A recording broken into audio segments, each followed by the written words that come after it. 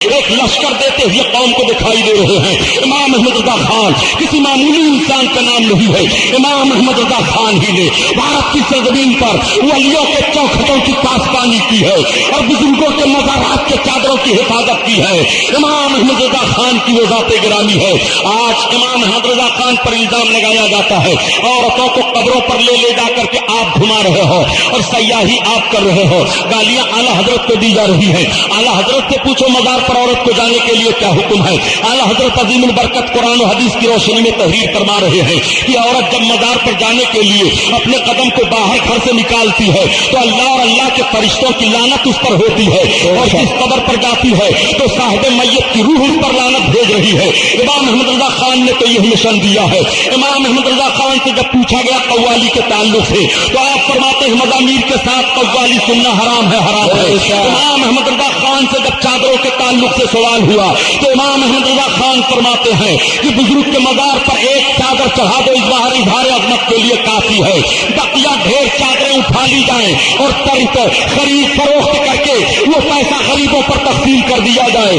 امام احمد رضا خان سے جب پوچھا جا رہا ہے چراغ جلانے کے لیے مزاروں پر تو ارشاد فرماتے ہیں کہ جہاں شاہراہ ہو، راستہ لوگ جا رہے ہوں اور بزرگ کی قبر کی عظمت کی اظہار کا معاملہ ہو، ایک چراغ کافی ہے یا کچھ روشنی کر دی جائے جس سے لوگ سمجھ جائیں اللہ کے ولی کا یہ مزار ہے، یہ اللہ کے ولی کی قبر ہے، اور راستے میں قبر کی بھی حرمتی نہ ہونے پائے، راستے میں تکلیف نہ پہنچنے پائے۔ اعلیٰ حضرت سے جب اگربتی سلوانے کے تعلق سے پوچھا گیا تو آپ فرماتے ہیں کہ جہاں پر لوگ خوشبو حاصل کرنے والے ہوں وہاں پر اگربتی جلائی جائے اور قبر سے کم 3-4 ہاتھ کے فاصلے پر جلائی جائے۔ اگر لوگ خوشبو سونگھنے والے ہوں تو وہاں سے گزر رہے ہوں تو، ورنہ مال کو ضائع کرنے سے کوئی فائدہ نہیں ہے۔ اعلیٰ حضرت تو یہ ساری چیزیں دے رہے ہیں اور بدعات کا قلعہ کما کر رہے ہیں، اور اعلیٰ حضرت کے نام پر بدعات کا ماحول پیدا کر کے اعلیٰ حضرت کو تم بدنام کر رہے ہو، اور فسق و فجور میں مبتلا ہو کر کے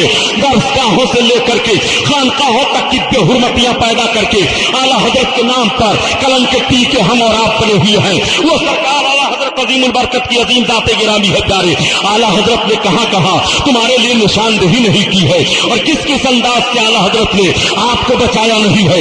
آج آپ اپنے کردار و عمل کو دیکھیے اور اس کردار و عمل میں آپ جائزہ لیجیے کہ اعلیٰ حضرت کے مشن پر ہمارا کس طرح سے عمل ہے اور ہم کس طرح سے عمل کرتے دکھائی دے رہے ہیں۔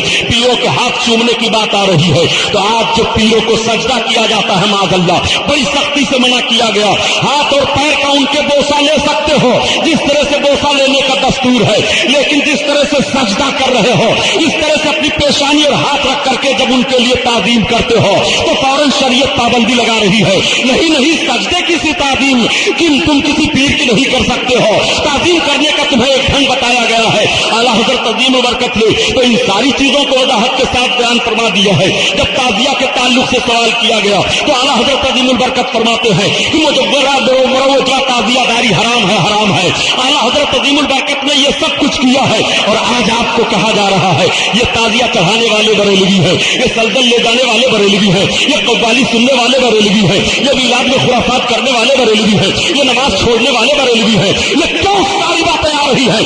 اس لیے کہ امام احمد رضا خان کا جو پیغام تھا اس کو آپ نے بھلا دیا اور دجالوں نے اس الزام کو تمہارے سر پر ٹھوک کر کے تمہیں بدنام کر دیا ہے۔ ورنہ خدا کی قسم کی اعلیٰ حضرت عظیم البرکت کے مشن کو مطالعہ کرو تو مطالعہ کرنے کے بعد علی حسن میاں ندوی کو بھی کہہ دینا پڑا کہ اعلیٰ حضرت عظیم البرکت اپنے وقت کے جید عالم ہے۔ السلام علیکم۔ الفاتحہ۔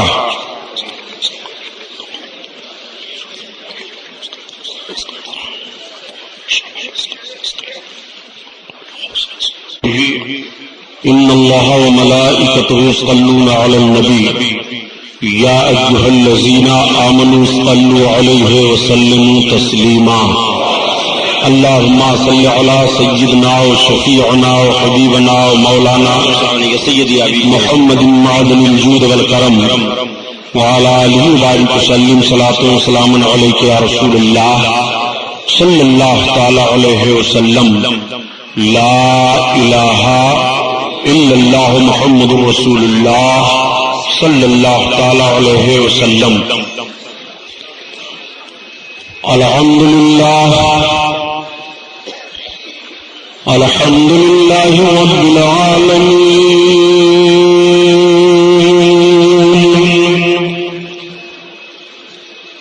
الصلاة والسلام على سيد المرسلين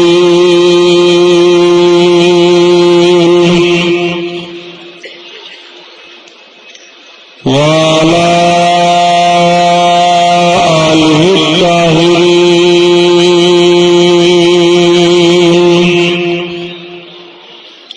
وأصحابه المطهرين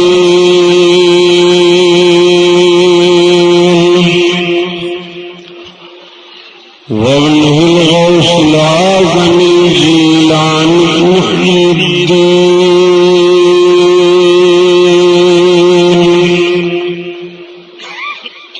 وأهل بيته أجمعين أما بعد فأعوذ بالله من الشيطان الرجيم بسم الله الرحمن الرحيم قال الله تعالى في القرآن العظيم والفرقان الحميد قل يا أيها الناس رسول الله إليكم جميعا صدق الله البصير الخبير وصدق رسوله الرشيد النذير والحمد لله رب العالمين.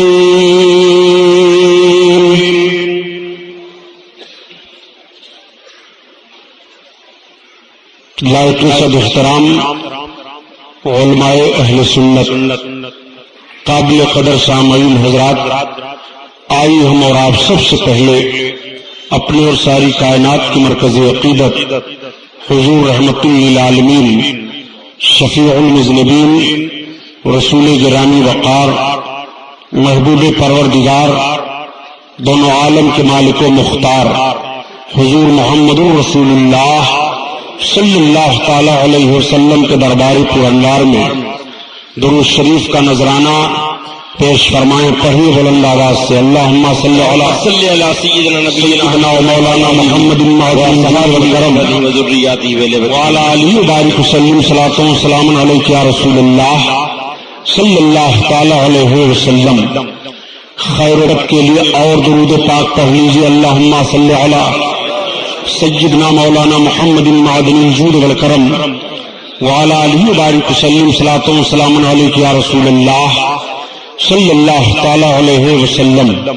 کے پہلے میں اپنے بیان کا آغاز اعلی حضرت عظیم البرکت آیت من آیات اللہ معجزۃ من معجزات رسول اللہ سبحان اللہ امام احمد رضا خان علیہ الرحمت و رضوان کی مقدس نعت پاک سے کروں. سبحان اللہ. اعلی حضرت یہ ایک ایسا جملہ ہے کہ سب بولتے ہیں، اپنے بھی بولتے ہیں، مخالفین بھی بولتے ہیں، دوست بھی بولتے ہیں اور دشمن بھی بولتے ہیں، بوڑھے بچے نوجوان پڑھے لکھے غیر پڑھے لکھے سب کہتے ہیں اعلی حضرت. سبحان اللہ. یہ اعلی حضرت کیا ہے؟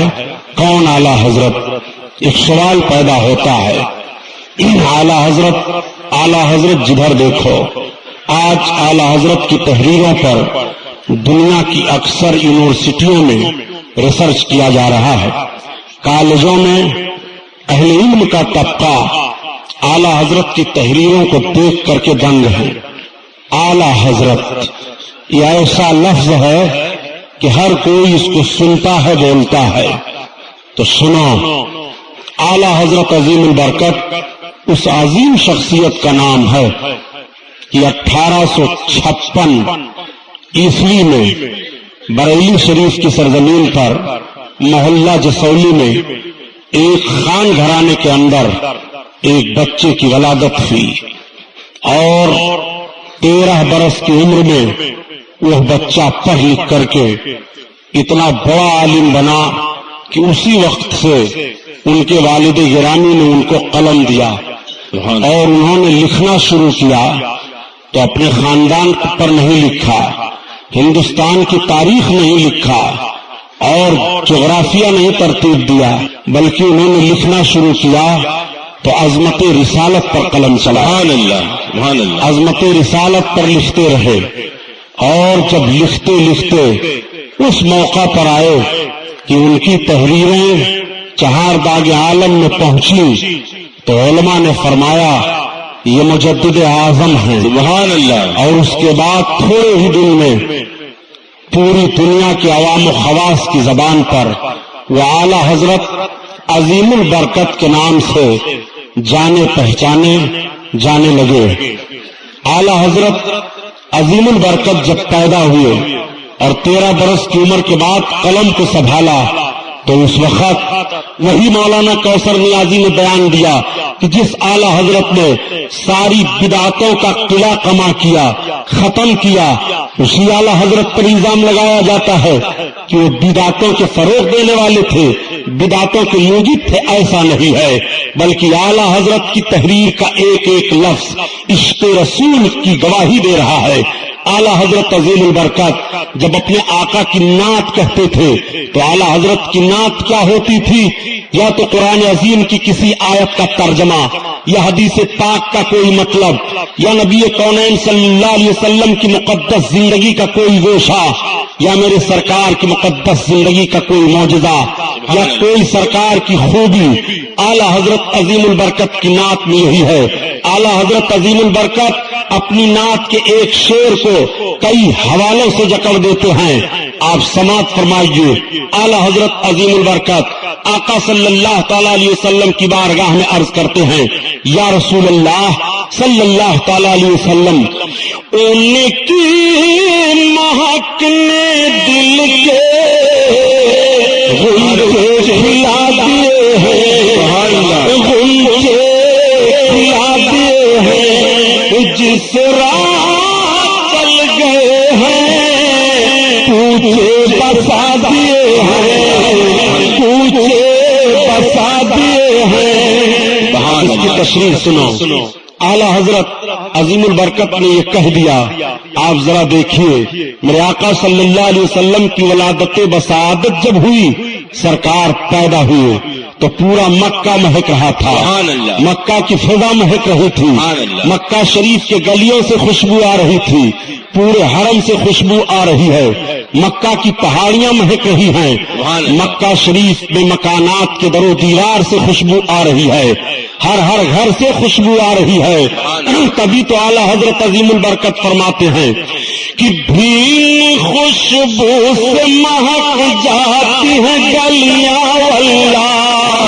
سبحان اللہ سبحان اللہ. بھی خوشبو سے مہک جاتی ہیں گلیاں واللہ. سبحان اللہ. کیسے پھولوں میں بسائے ہیں تمہارے تمہارے ان کی مہک نے دل کے غنچے کھلا دیے ہیں، جس راہ چل گئے ہیں پوچھے بسا دیے ہیں، پوچھے بسا دیے ہیں. اور خوشبو کی بات آئی تو سنو، خوشبو کی بات آ گئی تو سن لو. میرے آقا صلی اللہ علیہ وسلم کو لینے کے لیے جب حضرت حلیمہ سعدیہ مکہ آئیں اور سرکار کو لے کر کے چلنے لگی تو ان کے ساتھ میں آنے والی عورتوں نے پوچھا حلیمہ کیا تو نے مکہ میں زیادہ خوشبو خرید لی ہے؟ یہ تیرے چلنے سے راستہ کیوں مہک رہا ہے؟ تو حلیمہ نے کہا میں نے خوشبو نہیں خریدی ہے، یہ سردار قریش عبد المطلب کے پوتے محمد ابن عبداللہ کے چلنے کی خوشبو پھیل رہی ہے. اب اعلی حضرت کا شعر پڑھو. ان کی مہک نے دل کے غنچے کھلا دیے ہیں، غنچے کھلا دیے ہیں، جس راہ چل گئے ہیں پوچھے بسا دیے ہیں، پوچھے بسا دیے ہیں. اور خوشبو کی بات آئی تو پیارے سن لو. اللہ کے حبیب صلی اللہ علیہ وسلم کی عادت کریمہ تھی میرے آقا جب دوپہر کا کھانا تناول فرماتے تو آرام تھوڑی دیر کر لیا کرتے تھے. اس تھوڑی دیر کے لیٹنے کو قیلولہ کہا جاتا ہے. آج سائنس نے اپنی تحقیق پیش کی ہے کہ اگر قیلولہ کیا جائے تو اس سے اختلاج قلب کی بیماری نہیں ہوتی ہے. کیا بات؟ آج تم اس تحقیق کو پیش کر رہے ہو اور آج سے 1400 برس پہلے عملی تحقیق میرے آقا نے پیش فرما دیا. آقا کریم صلی اللہ علیہ وسلم کبھی کبھی ایک صحابیہ خاتون ہیں حضرت ام سلیم رضی اللہ تعالی عنہا جو حضرت انس بن مالک کی والدہ مکرمہ ہیں. آپ کے گھر جایا کرتے تھے اور میرے سرکار دوپہر میں آرام فرمایا کرتے تھے. میرے آقا تشریف لے گئے. جیسے سرکار سوئے شدت کی گرمی پڑ رہی تھی جس میں پاک سے پسینہ شریف جاری ہوا. تو اب صحابیہ خاتون کی محبت دیکھو. حضرت ام سلیم اپنے گھر سے برتن لیتی ہیں اور لینے کے بعد سرکار کے جسم پاک کا پسینہ شریف اپنے برتن میں لے کر جمع کرنا شروع کیا. میرے آقا نے نبوت کی آنکھیں وا فرمائی. ارشاد فرمایا ام سلیم کیا کر رہی ہو؟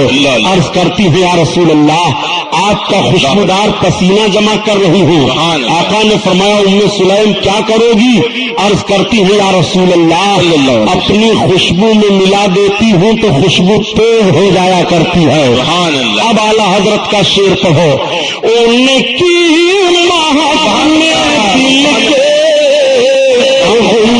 کھلا دیے ہیں جس راہ چل گئے ہیں پوچھے بسا دیے ہیں. اور سارے خوشبو کی بات آ گئی تو میرے آقا صلی اللہ علیہ وسلم کی بارگاہ میں ایک صحابیہ خاتون حاضر ہوئی. عرض کرتی ہے یا رسول اللہ میری بچی کی شادی ہے. سرکار میں نے سارے لوازمات کا انتظام کر لیا ہے مگر خوشبو آپ عطا فرما دیں. عرب والے خوشبو کا اہتمام بہت فرمایا کرتے تھے. آج بھی عربیوں کا دستور ہے کہ جب وہ اپنے کسی دوست سے ملتے ہیں اور زیادہ خوش ہوتے ہیں تو پہلے وہ ایک دوسرے کو دوسرا خوشبو پیش کرتا ہے اور اپنی خوشی کا اظہار کرتا ہے. آقا کریم صلی اللہ علیہ وسلم کی بارگاہ میں لینے کے لیے گئی ہے تو خوشبو آقا نے فرمایا جاؤ برتن لاؤ. جب وہ برتن لے کر کے پہنچی تو گرمی شدت کی پڑ رہی تھی جس میں پاک سے پسینہ جاری تھا. میرے سرکار نے اپنے بغل شریف کا پسینہ لیا اور لینے کے بعد ان کے برتن میں چند قطروں کو ڈال دیا. ارشاد فرمایا لے جاؤ اپنی بچی کو دے دینا. اب یہ لے کر کے آئی اور جب ان کی بچی دلہن بنی تو بچی کا کپڑا آقا کے مبارک پسینے میں بسا دیا گیا. اور جب یہ دلہن بن کر کے چلی تو جس راستہ سے چلی پورا راستہ مہک رہا تھا. اور جب گھر پہنچی تو ان کا پورا گھر مہکنے لگا. عورتیں اکٹھا ہوئی تو پوچھنے لگی دلہن تم نے کون سی خوشبو استعمال کیا ہے؟ آج تک ہم لوگوں نے ایسی خوشبو نہیں سونگھی. تیری خوشبو تو سارے خوشبوؤں پر غالب آ گئی ہے. تو دلہن نے بیان دیا یہ خوشبو نہیں ہے یہ میرے آقا کا مقدس پسینہ ہے. اعلیٰ حضرت کے بھائی استاد زمن علامہ حسن رحمت اللہ تعالی علیہ اسی کو بیان فرماتے ہیں کہ تیرا سبحان اللہ سبحان اللہ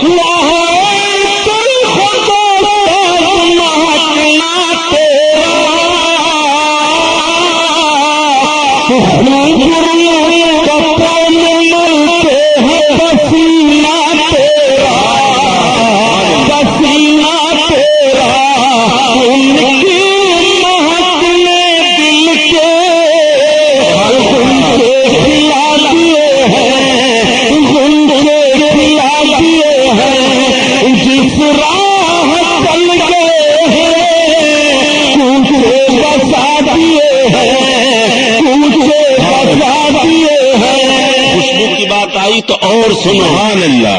یہی وجہ ہے کہ میں نے پہلے عرض کیا تھا کہ اعلیٰ حضرت کا ایک شعر کتنے حوالوں کو لیے ہوئے حضرت دیکھو. ایک صحابی ہیں ان کے 2 بیویاں تھیں.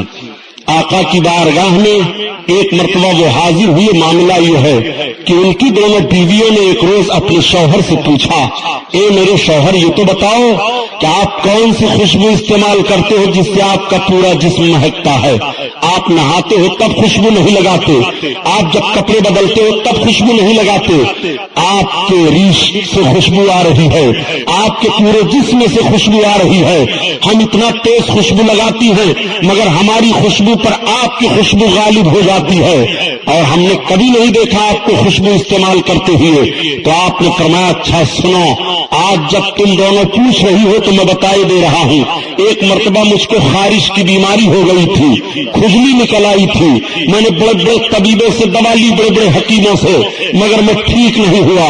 جب میں ٹھیک نہ ہوا، عاجز ہو گیا، تو اپنے آقا کی بارگاہ میں حاضر ہوا اور میں نے عرض کیا یا رسول اللہ، میں خارش کی بیماری میں مبتلا ہوں، میرے سرکار میں نے طبیبوں سے دوا لی مگر میں اچھا نہیں ہوا۔ اب ذرا صحابی کے ذہن و فکر کو مطالعہ کیجئے، ان کے ذہن میں یہ بات آئی کہ آقا کی بارگاہ میں چلا جائے اور بیماری عرض کرو، شفا آقا کے بارگاہ سے ملے گی۔ اب یہ عقیدہ رکھنا کہ نبی بیماریوں سے شفا دیتے ہیں، یہ صحابی کا عقیدہ ہو گیا۔ صحابی سرکار کی بارگاہ میں حاضر ہو رہے ہیں اور جب یہ عرض کرتے ہیں تو آقا نے یہ نہیں ارشاد فرمایا کہ میرا کام تو صرف توحید کا پہنچا دینا ہے، کلمہ پڑھانا ہے، میں یہاں دوا نہیں دیتا ہوں، خارش کی بیماری یہاں دور نہیں کی جاتی ہے، آپ کسی اور حکیم کی طرف رجوع کرو، نہیں، بلکہ میرے سرکار فرماتے ہیں آؤ قریب آؤ۔ جب سرکار کے قریب گئے تو آقا نے اپنے نبوت والے ہاتھ کو ان کے جسم پر پھیر دیا، میرے سرکار کا ہاتھ لگنا تھا کہ اسی وقت خوشبو آنے لگی ان کے جسم سے اور خارش کی بیماری دور ہو گئی۔ اللہ اکبر۔ اب یہی پر عرض کرتا ہوں، یہ میرے سرکار کا مقدس ہاتھ ہے کہ اگر خارش والے بیماری پر لگ جائے تو بیماری دور ہو جائے، بدن مہکنے لگے، اور ایک ان کا ہاتھ ہے کہ اگر صحیح سالم بدن پر لگے تو خارش نہ بھی ہو تو خارش ہو جائے۔ آواز تعجب کا مقام ہے۔ اب آپ ذرا غور فرماؤ، وہ خوشبو دیتے رہے، مہکتے رہے، اور ان سے جو اولادیں پیدا ہوئی وہ بھی مہکتی رہی، ان کی مہکنے بھی کھلا دیے ہیں جس راہ چل گئے، بسا دیے ہیں، بسا دیے ہیں۔ کی بات آئی تو اور سنو، مہکنے دل ان سے کھلا دیے ہیں جس راہ چل گئے، بسا دیے ہیں، بسا دیے ہیں۔ کی بات آئی تو اور سنو، سبحان اللہ۔ میرے آقا صلی اللہ تعالی علیہ وسلم کی کریمانہ عادت ملاحظہ کرو، سرکار اپنے امتیوں کے غم میں رویا کرتے تھے۔ امت کے لیے آقا کو غم کیا تھا؟ آپ کے اور ہمارے گناہوں کا غم سرکار کو ہے، مغفرت کا غم میرے آقا کو ہے۔ رب کی بارگاہ میں سرکار رو رہے ہیں ہمارے اور آپ کے لیے۔ میں عرض کروں گا اے مسلمانوں کہ آپ بھی کبھی عشق رسول میں یا اپنے آقا کی عظمت کو سوچ کر کے آنکھوں سے آنسو کے چند قطرے گرے کہ نہیں؟ آپ جب رات کی تاریکی میں اپنے بستر پر رہو تو اپنے آقا کا رونا سوچو کہ ہم گنہگاروں کے تعلق سے ہمارے سرکار کس طرح سے رویا کرتے تھے۔ آقا کریم صلی اللہ علیہ وسلم مدینہ طیبہ کی آبادی سے باہر نکل گئے، ایک پہاڑی کی کھوہ میں میرے سرکار تشریف لے گئے، اس سے آگے تشریف لے گئے، ایک صحابی کا باغ تھا، اس باغ میں میرے سرکار تشریف لے گئے، باغ کا دروازہ چاروں طرف سے بند کر دیا گیا، میرے آقا نے اپنی جبین اقدس کو رکھا اور رب کی بارگاہ میں ہم گنہگاروں کی مغفرت کے لیے رو رہے ہیں، نگاہ نبوت سے آنسو برس رہے ہیں، ریش مبارک بھیگ جاتی ہے، سجدہ کی جگہ بھیگ جاتی ہے۔ مدینہ طیبہ کے لوگوں کو جب عرصہ گزر گیا کہ سرکار کے مقدس چہرے کی زیارت نہیں ہوئی تو وہ پریشان ہو گئے، وہ سرکار کو ڈھونڈنے لگے، تلاشنے لگے، کیونکہ ابتدائے اسلام کا وقت ہے، دشمنان دین کی اکثریت ہے۔ صحابہ نے سوچا ایسا تو نہیں ہے کسی دشمن نے میرے آقا کو کوئی تکلیف دے دی ہو، اب سب جستجو کرنے لگے، گلی گلی میں ڈھونڈا جا رہا ہے، جہاں جہاں میرے سرکار تشریف فرما ہوتے ہیں وہاں وہاں ڈھونڈا جا رہا ہے، مکانوں میں ڈھونڈا جا رہا ہے، صحابہ کی جماعت تلاش کر رہی ہے۔ حضرت ابو ہریرہ فرماتے ہیں کہ مجھ کو جس راستے سے خوشبو آتی تھی اسی راستے پر میں چلا جا رہا تھا. میں خوشبو سونگھتے سونگھتے آبادی سے باہر نکل گیا. مجھے خوشبو آ رہی ہے, میں چل رہا ہوں, راستہ مہک رہا ہے, میں چل رہا ہوں. اعلیٰ حضرت عظیم البرکت اسی طرف اشارہ فرماتے ہیں کہ بو پہ چلتے ہیں بھٹکنے والے, کیا مہکتے ہیں مہکنے والے. آقا کریم صلی اللہ تعالی علیہ وسلم باغ میں جلوہ فروز ہیں. حضرت ابو ہریرہ فرماتے ہیں کہ میں باغ کے قریب جب پہنچا تو پورا باغ مہک رہا تھا. باغ کی فضا مہک رہی ہے, باغ سے جو ہوا آ رہی ہے ہوا مہک رہی ہے. ہم نے اندازہ لگا لیا بس کرو میرے سرکار اسی میں تشریف فرما ہے, خوشبو آ رہی ہے, آقا یہی جلوہ افروز ہے. حضرت ابو ہریرہ فرماتے ہیں کہ میرے آقا صلی اللہ تعالی علیہ وسلم کی خوشبو مجھے ملی تو اب مجھ کو یہ موقع ملنا چاہیے کہ میں باغ میں کیسے جاتا ہوں. تو چاروں طرف سے گھوم کر دیکھ رہے ہیں, کوئی راستہ باغ میں جانے کے لیے نہیں, دروازہ بند ہے, مگر ایک نالا تھا باہر سے پانی جانے کے لیے باغ میں, وہ نالا کشادہ تھا. حضرت ابو ہریرہ فرماتے ہیں کہ میں نے اندازہ لگایا میں اس میں اپنے کو داخل کر لوں تو اندر ہو سکتا ہوں. چنانچہ حضرت ابو ہریرہ اس میں داخل ہوئے اور داخل ہو کر کے جیسے اندر گئے آقا کریم صلی اللہ علیہ وسلم کی زیارت نصیب ہوئی تو میرے آقا رو رہے ہیں اور سجدہ کی جگہ بھیگ گئی ہے, ریش مبارک سے آنسو ٹپک رہے ہیں. اعلیٰ حضرت عظیم البرکت پر قربان جاؤ اسی طرف اشارہ فرماتے ہیں اللہ جہنم ابھی نصر ہوگا رو کے مصطفیٰ نے دریا بہا دیے ہیں.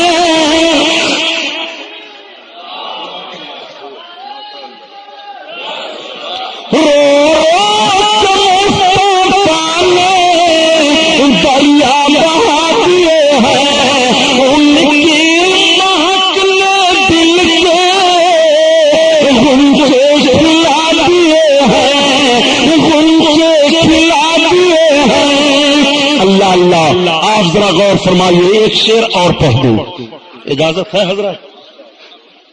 میرے کریموں سے گر قطرہ کسی نے مانگا, میرے کریموں سے گر قطرہ کسی نے مانگا, دریا بہا دیے ہیں, جرمے بہا دیے ہیں, جرمے بہا دیے ہیں. اب اس پر بھی سن لو پیارے, آقا کریم صلی اللہ تعالی علیہ وسلم کی بارگاہ میں اگر مانگو تو ایک طبقہ ایسا بھی ہے جو ناک پھلا لیتا ہے.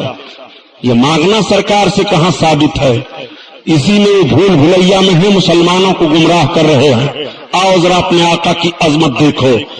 جو حدیث بیان کرنے جا رہا ہوں وہ مسلم شریف میں بھی حدیث ہے, مشکات شریف میں بھی ہے, اور بھی احادیث کی بہت کتابوں میں ہے.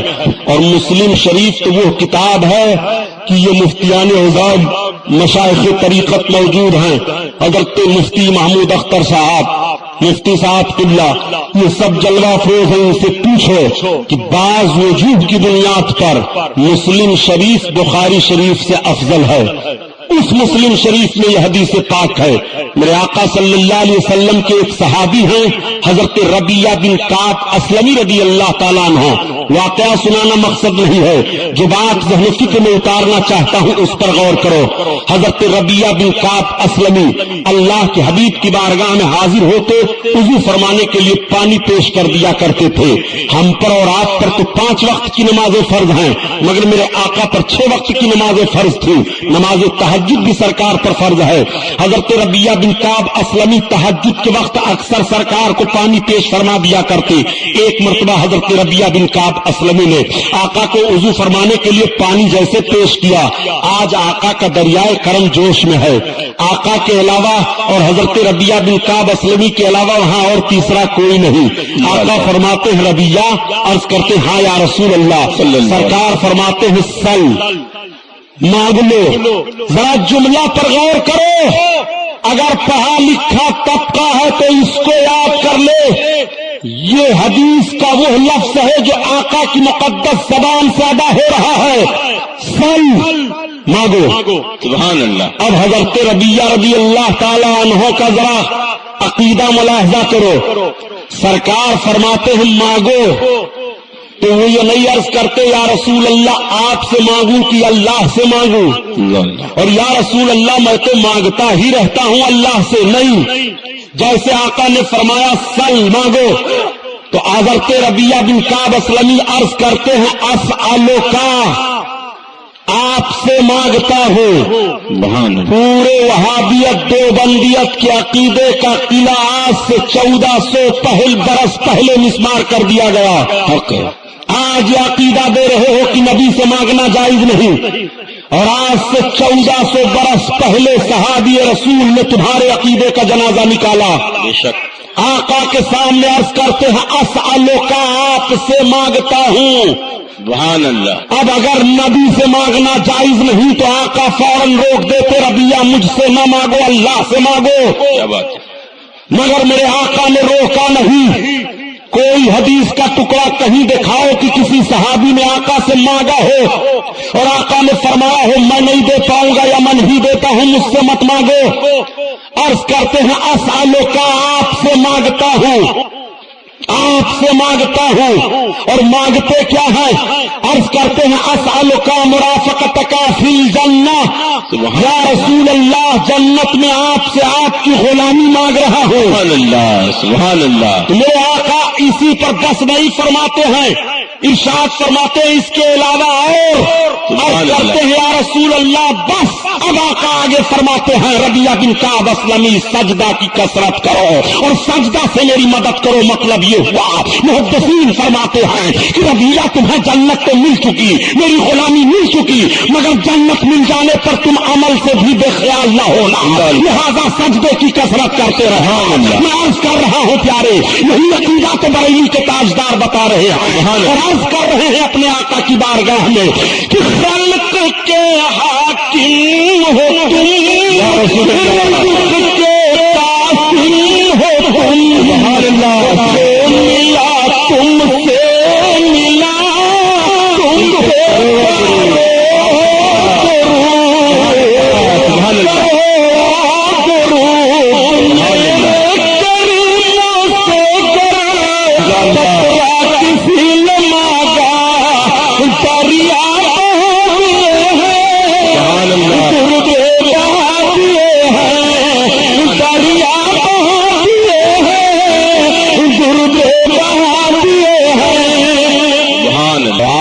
تو اپنی قسمت پر جتنا فخر کریں کم ہے پیارے۔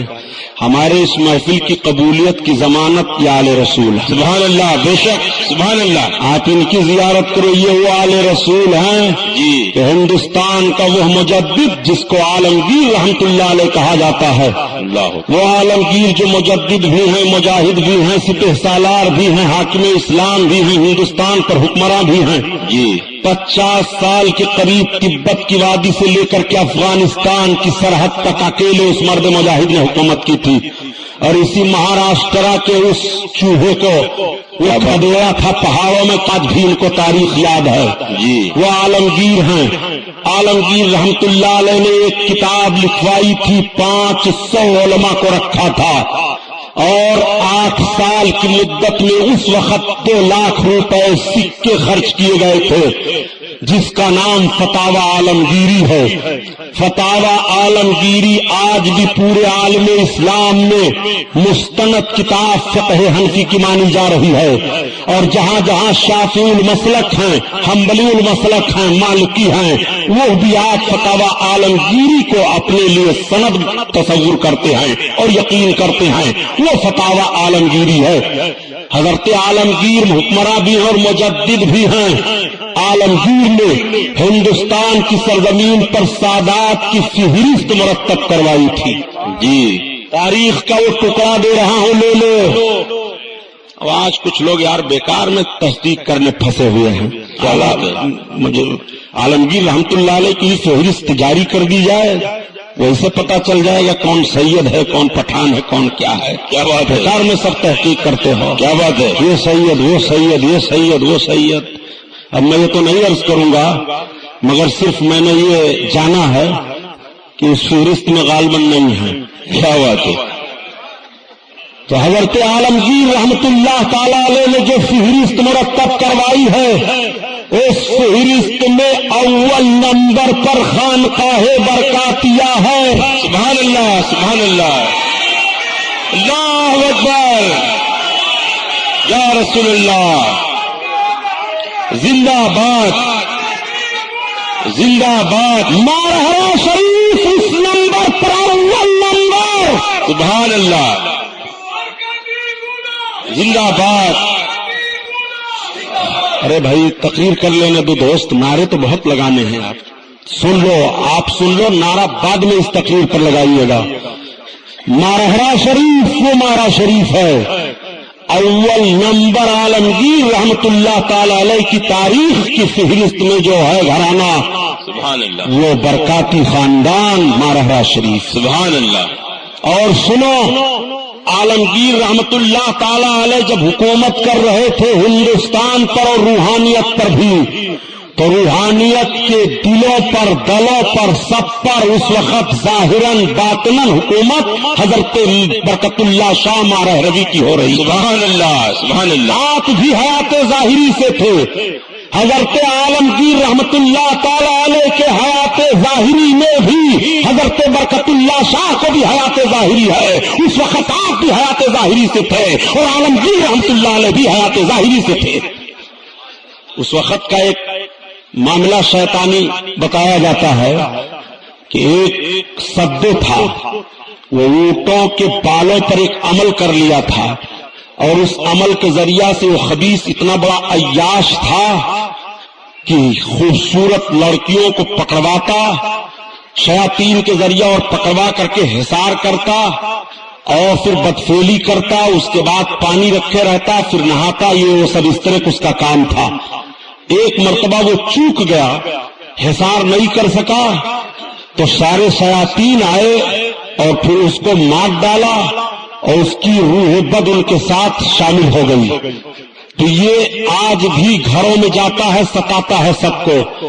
تو حضرت عالمگیر رحمت اللہ تعالی علیہ کے دور میں حضرت برکت اللہ شاہ مارہروی رحمت اللہ تعالی علیہ ہیں، آپ نے اس کو گرفتار کیا اور کہا کہ اس خبیث کو قتل کیا جائے۔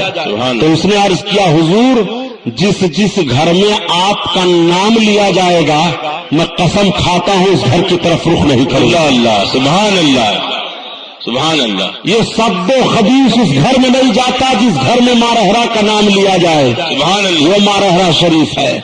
بھوت پریت سب چھڑا کر کے اور بہت بھاری بھاری پیر بننا ثابت کرتے ہیں جی، اور مارہرا شریف کا حال یہ ہے کہ نام لے لو تو جنات بھوت پریت سب بھاگ جائیں۔ سبحان اللہ، سبحان اللہ۔ اعلیٰ حضرت عظیم البرکت کا عشق ملاحظہ کرو۔ اعلیٰ حضرت اگر داخلے سلسلہ ہوئے تو وہی مارہرا شریف میں، جی، اور بہت سوچ سمجھ کر کے آل رسول نے اعلیٰ حضرت کو اعلیٰ حضرت بنایا اور سینے سے لگایا۔ اتنا سوچا کہ ہم اور آپ سوچ نہیں سکتے ہیں۔ تو اب وہ سوچ کر کے اعلیٰ حضرت بنا دیے اور آج کے لوگ بیچارے سوچ رہے ہیں، اس سوچ پر بھی قربان جائیے۔ یہ سب ذہنی اور فکری اختراعی باتیں ہیں جو نکل رہی ہیں، ان پر آپ توجہ نہ دیجیے۔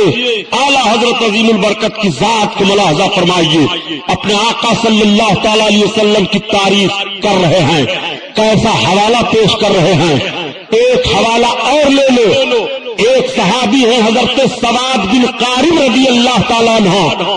حضرت سواد بن قارب سرکار کی نعت لکھا کرتے تھے۔ سبحان اللہ۔ آقا کی نعت لکھنا بہت بڑی عبادت ہے پیارے، یہ سعادت سب کو نہیں ملتی ہے۔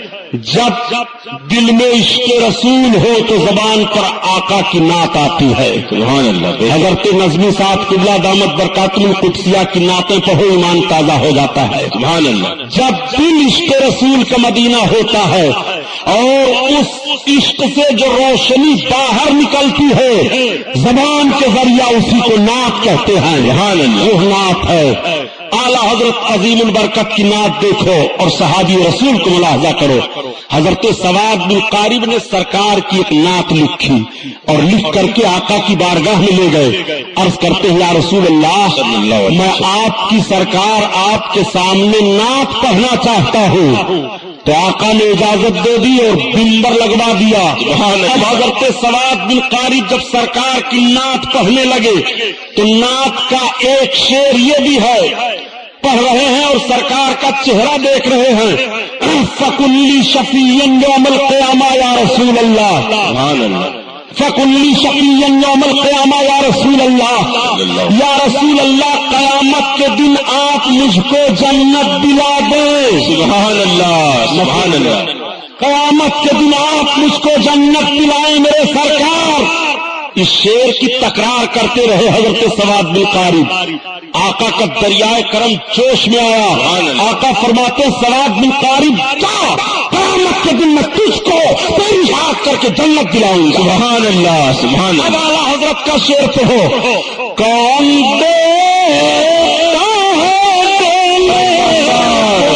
چاہیے، سبحان اللہ. کون دیتا ہے دینے کو منہ چاہیے، دینے والا ہے سچا ہمارا نبی، ہمارا نبی. میرے کرموں سے قطرہ کسی نے مارا، دریا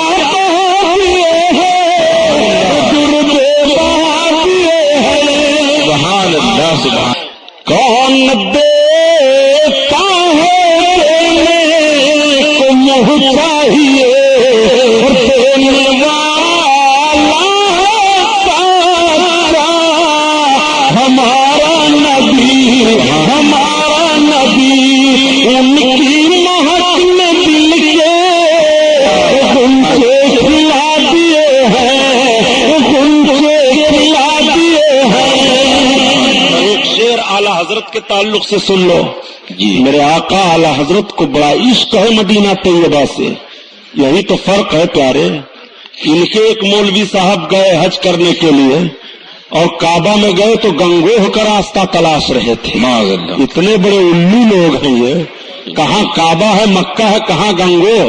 سمندر پار کر کے وہاں گنگوہ کا راستہ تلاش رہے ہیں. ڈھونڈتے پھرتے تھے گنگوہ کا راستہ، پھرے تھے کعبہ میں بھی پوچھتے گنگوہ کا راستہ. معاذ اللہ. اور پوچھتے کس سے رہے ہوں گے؟ نجدیوں سے پوچھا ہوگا. اب اور وہاں کون رہا جو جس سے پوچھیں؟ پھرے تھے پوچھتے ہوئے کعبہ میں گنگوہ کا راستہ. اور آگے کا شعر حضرت، جو رکھتے تھے اپنے سینے میں ذوق شوق عرفانی، جو فرعونی یا کچھ بھی. وہ شعر مرثیہ گنگو ہی میں ہے، یاد کر لیجئے گا. اور کیا کریے گا یاد کر کے ان گندھوروں کا شعر. کیا بات ہے؟ یہ گندھوری پارٹی ہے. کچھ لوگ جسم کے میلے ہوتے ہیں، عقیدے کے میلے ہیں. سنیے، یہ جب مکہ گئے تو گنگوہ تلاش رہے ہیں اور آئے ہیں اعلیٰ حضرت سے مقابلہ کرنے. معاذ اللہ. میرے اعلیٰ حضرت کا حال ہے کہ جب اعلیٰ حضرت گئے ہیں مکہ اور مکہ سے مدینہ طیبہ گئے ہیں اور مدینہ پہنچے ہیں تو حاجیوں کو للکارا. حاجیوں آؤ شہنشاہ کا روزہ دیکھو. سبحان اللہ، سبحان اللہ، سبحان اللہ. حاجیوں شہنشاہ کا روزہ دیکھو. کعبہ تو دیکھ چکے، کعبے کا کعبہ دیکھو.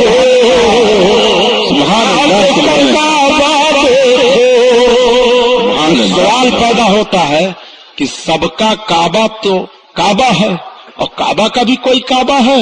تو اعلیٰ حضرت نے ہندوستانیوں بتا دیا کہ کعبہ کا کعبہ دیکھنا ہے تو یہ دیکھو. سبحان اللہ.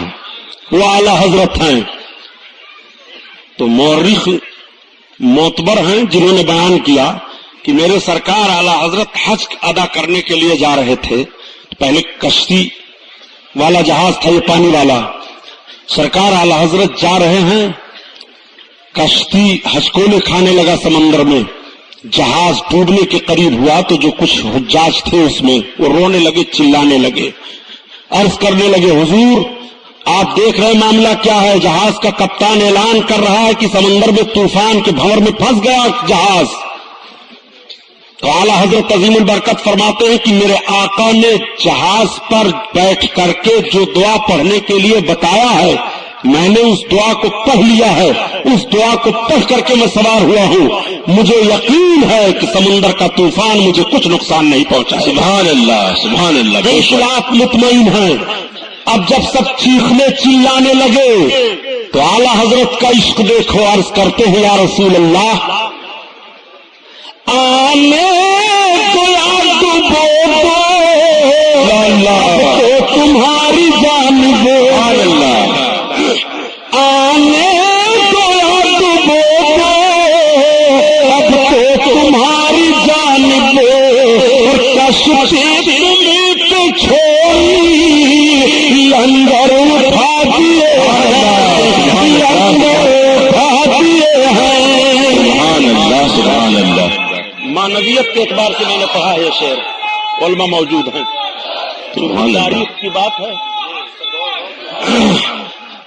میرے کریموں سے قطرہ کسی نے مانگا، دریا بہا دیے ہیں، دربے بہا دیے ہیں، دربے بہا دیے ہیں۔ کون ہے اعلیٰ حضرت؟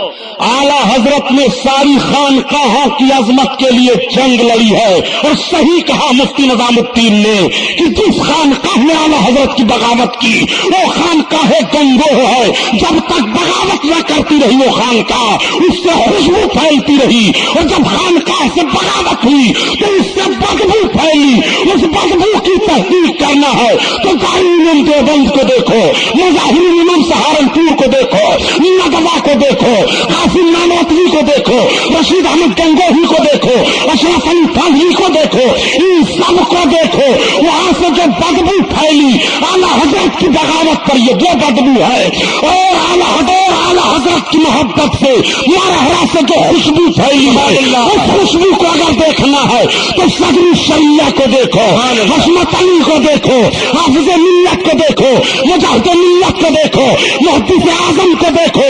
اب ایسا تو نہیں ہے کہ کسی اسی میں سے ایک فرد کی جانب سے کوئی بدبو پھیلنے والی ہو بغاوت کی بنیاد پر، تو یہ اس کی ذمہ داری اس پر ہے۔ اعلیٰ حضرت کی جو بغاوت کرے گا اور ان کے کسی بھی مسئلہ پر اب مزید تحقیق کرے گا تو یہ بدبو پھیلانے کی کوشش کر رہا ہے۔ سن لو پیارے، اعلیٰ حضرت کی تحقیق پر ایسے لوگ منہ لگے ہوئے ہیں جن کو وضو کا ڈھنگ نہیں ہے، جن کو خطبہ پہلے کا ڈھنگ نہیں ہے، جو عبارتیں صحیح نہیں پڑھ سکتے ہیں۔ میں عرض کرتا ہوں کہ اعلیٰ حضرت کے مسئلے کی تشریح کر رہے ہو، خدا کی قسم تمہارے دروازے پر زندگی بھر جھاڑو لگانے کی غلامی لکھوا دوں گا اگر فتاوی رضویہ کی پہلی جلد کا خطبہ پڑھ کر کے کے سامنے نکل جاؤ۔ ان کے سامنے بولی کچھ ہوتی ہے اور اندر کی بولی کچھ ہوتی ہے۔ یہ جملے مت استعمال کر کے مسلمانوں میں انتشار پھیلاؤ۔ سنیت کو مت تقسیم کرو، سنیت نہیں تقسیم ہوگی۔ یہ میرا جملہ غلط ہے۔ الحمدللہ سنیت آج بھی متحد ہے۔ حضرت کی 100 سے زائد کتابوں کو منظر عام پر لا کر کے نجدیت اور نبویت کی تابوت میں فکر و عمل کی آخری کیل ٹھوک دی ہے۔ سبحان اللہ، سبحان اللہ۔ سنو، ان کے نزدیک حضرت میں عرض کر رہا ہوں، اسی کارنامے کو تم ان کا جرم بتاتے ہو۔ اب آپ سے کوئی پوچھے کون ہے اعلیٰ حضرت، تو آپ اس انداز سے بتاؤ۔ آج اعلیٰ حضرت کی تحریروں پر ریسرچ ہو رہا ہے، اعلیٰ حضرت کی تحریروں کو دیکھنے کے بعد محققین دنگ رہ گئے۔ اعلیٰ حضرت ہیں، انہیں اعلیٰ حضرت کیوں کہا گیا؟ یہ تمام حضرتوں میں سب سے اعلیٰ ہیں، سب سے بڑے ہیں، اس لیے انہیں اعلیٰ حضرت کہا گیا۔ اعلیٰ حضرت کسی معمولی انسان کا نام نہیں ہے۔ اعلیٰ حضرت کی تحریک اور اعلیٰ حضرت کی تقریر کو سمجھو۔ اعلیٰ حضرت نے صحیح دین کا وہی رخ پیش کیا ہے جس پر صحابہ کا عمل تھا۔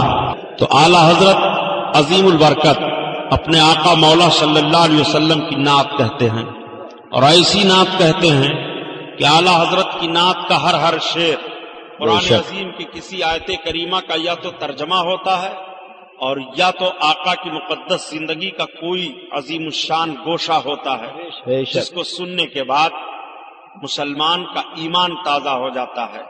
سرکار اعلیٰ حضرت عظیم البرکت اپنے آقا صلی اللہ تعالی علیہ وسلم کی شان میں اس طرح سے عرض کرتے ہیں، یا رسول اللہ، اور وہ اعلیٰ حضرت کی نعت ہے کہ بزرگوں کا تجربہ ہے کہ صبح و شام بطور وظیفہ تلاوت کیا کرو، غریب ہو تو امیر بن جاؤ گے، سبحان اللہ، بیمار ہو تو صحت مند بن جاؤ گے۔ اعلیٰ حضرت کی نعت پڑھتے رہو، بدبخت ہو آدمی محبت سے پڑھتا رہے تو نیک بخت بن جائے گا۔ اعلیٰ حضرت عظیم البرکت کی وہ نعت پاک ہے۔ اعلیٰ حضرت اپنے آقا صلی اللہ علیہ وسلم کی بارگاہ میں عرض کرتے ہیں، یا رسول اللہ، زمین و زمان تمہارے لیے، مکین و مکان تمہارے لیے، تمہارے لیے، سبحان اللہ، سبحان اللہ، زمین و چونا تمہارے لیے، بنے دو جہاں تمہارے لیے، تمہارے لیے، یا رسول اللہ،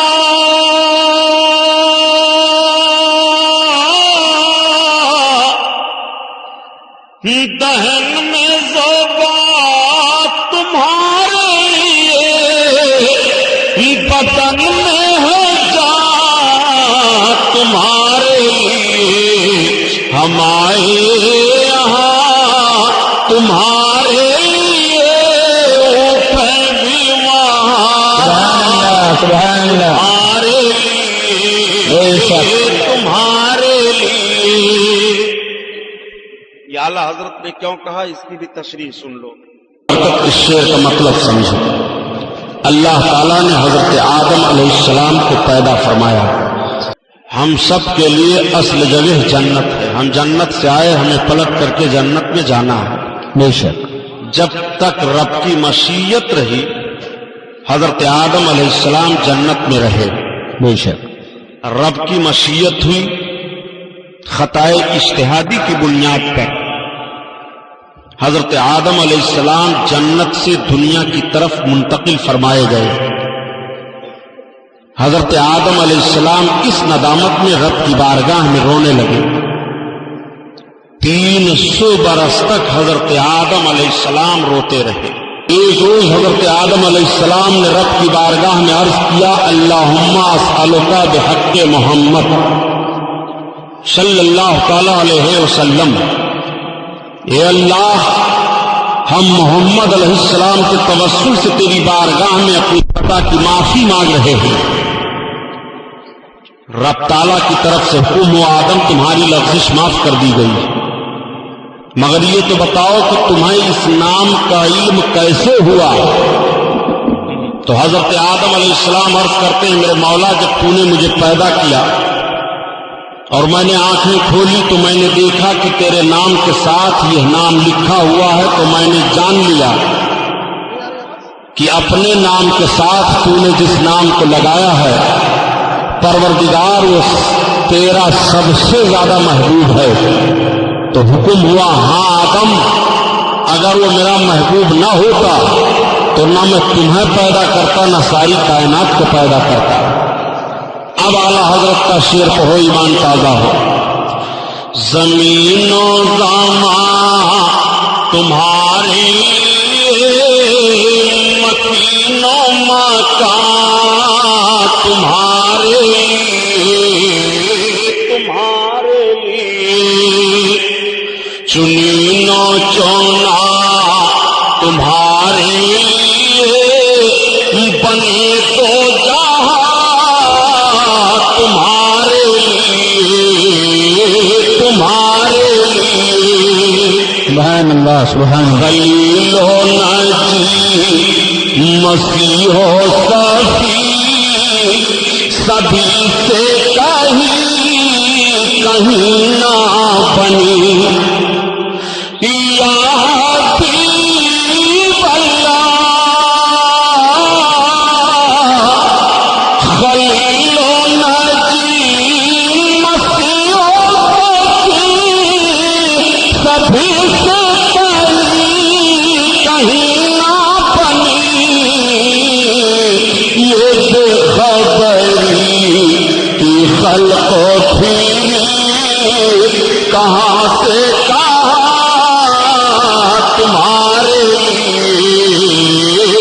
تمہارے لیے، زمین و زمان تمہارے لیے، مکین و مکان تمہارے لیے، تمہارے لیے۔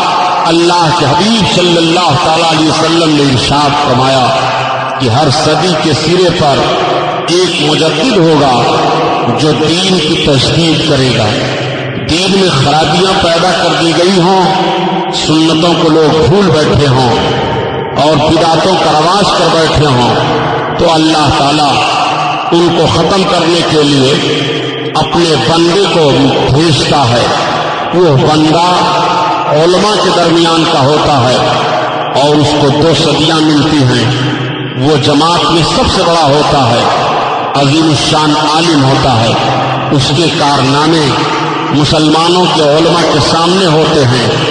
اب آئیے آپ اس حیثیت سے مجددوں کی بہت فہرست ہے، ہر صدی میں مجدد رہے۔ 14ویں صدی کے مجدد امام احمد رضا خان علیہ رحمت الرضوان کی عظیم ذات گرامی ہے۔ آخر سنی کسے کہتے ہیں، دیوبندی کسے کہتے ہیں، غیر مقلد کسے کہتے ہیں، وہابی کسے کہتے ہیں، چکرالوی کسے کہتے ہیں؟